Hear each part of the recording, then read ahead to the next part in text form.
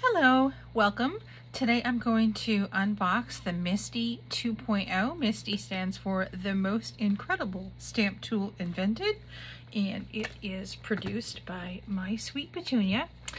This is my first MISTI ever. I have been using for several years now the Tim Holtz / Tonic Studio stamp platform. I've been very happy with it. However, I'm finding it increasingly more difficult to locate the product within the United States. Because of patent issues, it's no longer able to be sold, at least in the United States. It might be worldwide, but I know it's definitely the United States. So I'm having some difficulties continuing to use this stamp platform in videos if I can't recommend it because I can't find it. So I thought that I would go ahead and order the MISTI, especially because I got a great deal on it from Simon Says Stamp when they were running a $15 off coupon promotion a couple of weeks ago. So let's go ahead and open this up. This is just the stamp platform, and I believe it retails in the $60 to $70 range. This is the regular size, or the original as they call it. They do make a very large one for scrapbooking, and they make a smaller one, but I thought this one would suit my needs the best, and I did pick up a bar magnet to go with it. I asked Santa for a couple of MISTI accessories, like a sticky mat to go inside of it, and also the Creative Corners set. So we'll see what Santa does at some point. I'm filming this in mid-November, so who knows? I very specifically sent Santa an exact link of an item I was looking for, so there's going to be hopefully no room for interpretation. Now, I did order the 2.0 version of the MISTI from the Simon Says Stamp website. This doesn't say on here that it's the 2.0 version. 2.0 version, so I'm just going to go ahead and trust them on that one when they say this is the right one. Apparently it's not really that much different. It just has a couple of functionality things. Ooh, pretty. So let's see. This cardboard will be good for recycling on a project. And let's go ahead and open up this plastic covering. If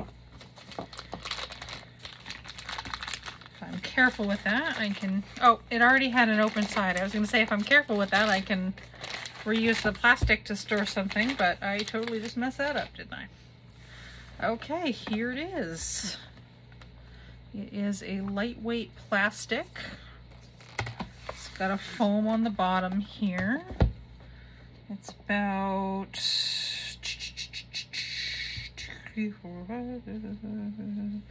10 inches wide. I don't think that part was supposed to pop up. Here's some of the paper. I did ask Santa for a larger package of this paper here. Oh, it comes with a bar magnet already. So I guess I have 2 bar magnets. I'm okay with that. So stamping paper, which you can use. Of course, you could certainly use bits of scrap paper. You could use the other side to protect your surface while stamping. And this is the foam insert.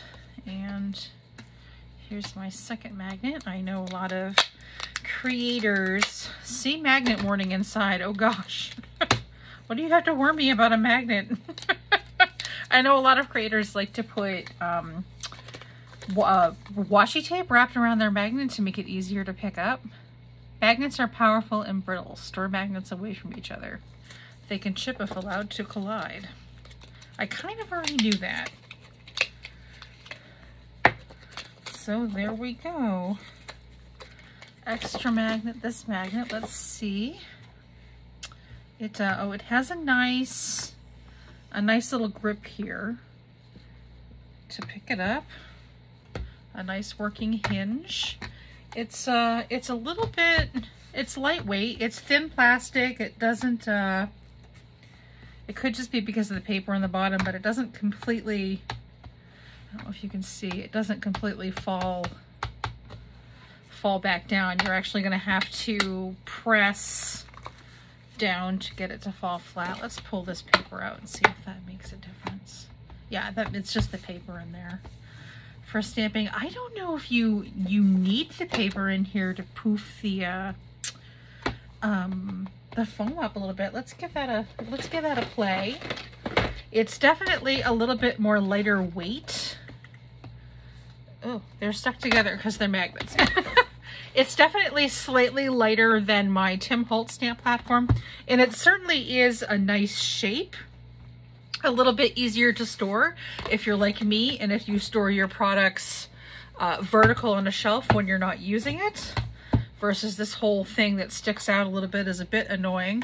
One of the big downsides I see already, for my purposes anyway, is I am kind of unlimited as to the space in which I can stamp on the Tim Holtz, because it doesn't have the guards on the other side, so you can have something that extends over. And I suppose you could do a lean over on the or an overflow on this one as well. I just don't know how it will stamp around it. I'm sure I'll figure it out eventually. I happen to have here some stuff to stamp. Get my lotion out of the way. I thought we could do a couple of stamping real quick. I'm working on my Christmas cards. And I have this stamp set from Simon Says Stamp. This is the Warm Christmas Wishes. I make about 100 plus Christmas cards a year. And I get real bored. I'm looking for washi tape as I'm chatting. I get real bored with just one type. So I tend to make multiple kinds of Christmas cards every year. So I've got some washi tape. I don't have any wide washi tape. I just have regular old, like, journaling washi tape. I keep some in my desk drawer here for affixing my dies to my paper when I die cut.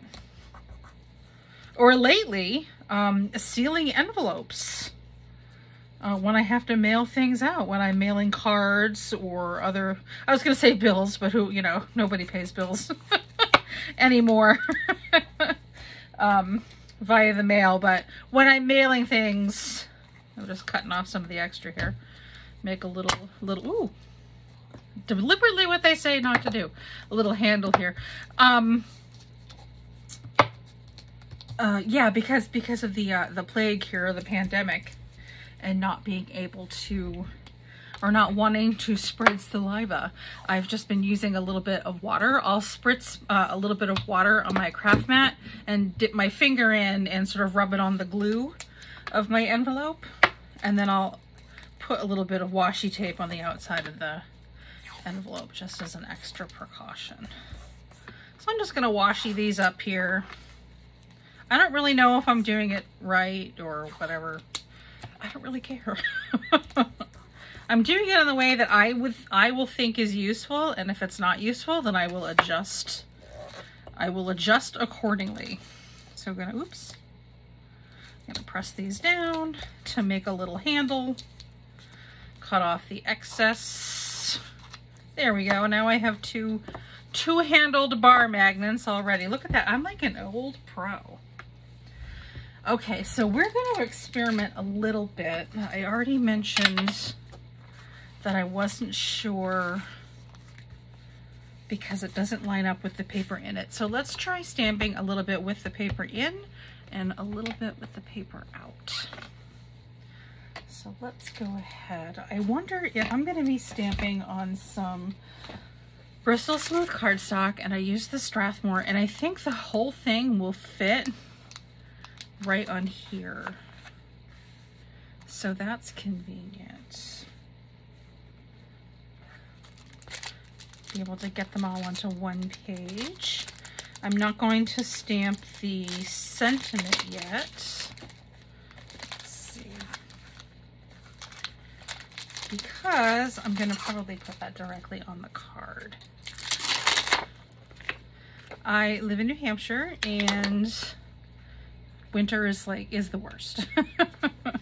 I hate the snow. I hate the excessive cold. I like cool weather, but I hate the excessive cold. I hate it so much. I cursed the day that my family decided to move to New Hampshire when I was a child. So I'm always like dreaming of warm, glorious, tropical Christmas things. So all of these fun Christmas cards and supplies that have these tropical kinds of themes with the Santas, and I even have some that are like fish themed from both Avery Elle and Lawn Fawn that I'm using on my cards this year. Just they really speak to me because I want to be there. Okay, so look at that. I got them all. I'm not using the sentiment yet, and I'm not entirely sure what this little squiggly is for, so I'm not going to use it. But I think the rest of the elements I will use in a card. And I'm stamping this on Bristol because I'm going to do some quick watercoloring with my Tombow markers. So this is a new stamp set, so I'm just gonna smooch them a little bit. I know some people take like a towel to dab them a little bit. These are some new microfiber towels I picked up on clearance from Kohl's, I think. Okay. To stamp with, I'm going to be using My Favorite Things Extreme Black because it is waterproof when it is dry.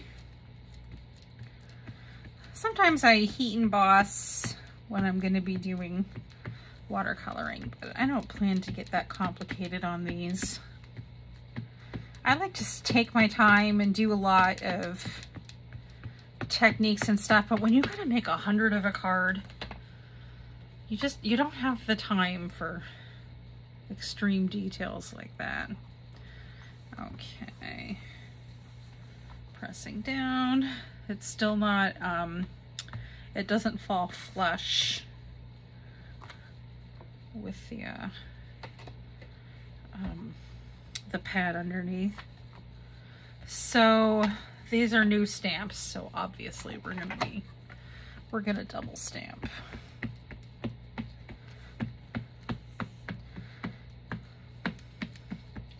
It's a nice doohickey. I'm not seeing anything too functionally different from the Tim Holtz.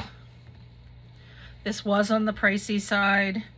If you already have something else, I'm not sure one would need to necessarily upgrade. Let's see. Oh, it's still a little spotty around the tree and the table. Could just be new stamp. It could very likely just be user error.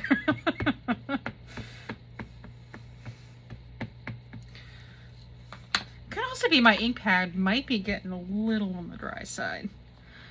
I do kind of use quite a bit of this ink. I think just in case I'll have to add a re-inker to my shopping list. Now I'm seeing in like Santa's armpit areas a little off. Okay. Dinner smells good, guys. I have some chicken in the crock pot. I can smell it. It's probably not going to be ready for another hour. That's so frustrating, isn't it? When you want to just open up the crock pot, but it'll add like lots of time to your your cooking if you open it up and break the seal. Okay, so here is everybody. Let's go ahead and take out the paper underneath and see if it makes a difference. And we'll stamp a second. Put my little magnets down. We're gonna stamp a second one. I'm gonna end up stamping a lot more than two, but we'll just do these two, one with and one without. I like it. No assembly. Right out of the box, you're able to use it. It's nice and shiny.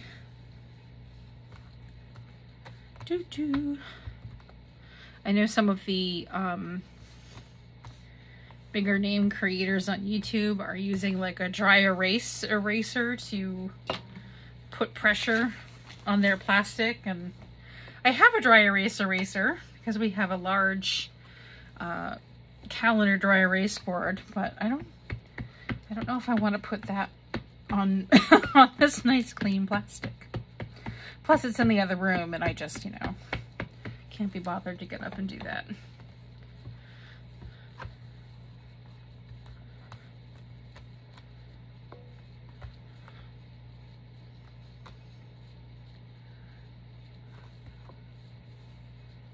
Well, that, I don't know what I'm doing wrong here.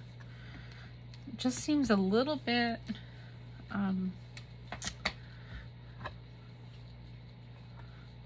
off in the center.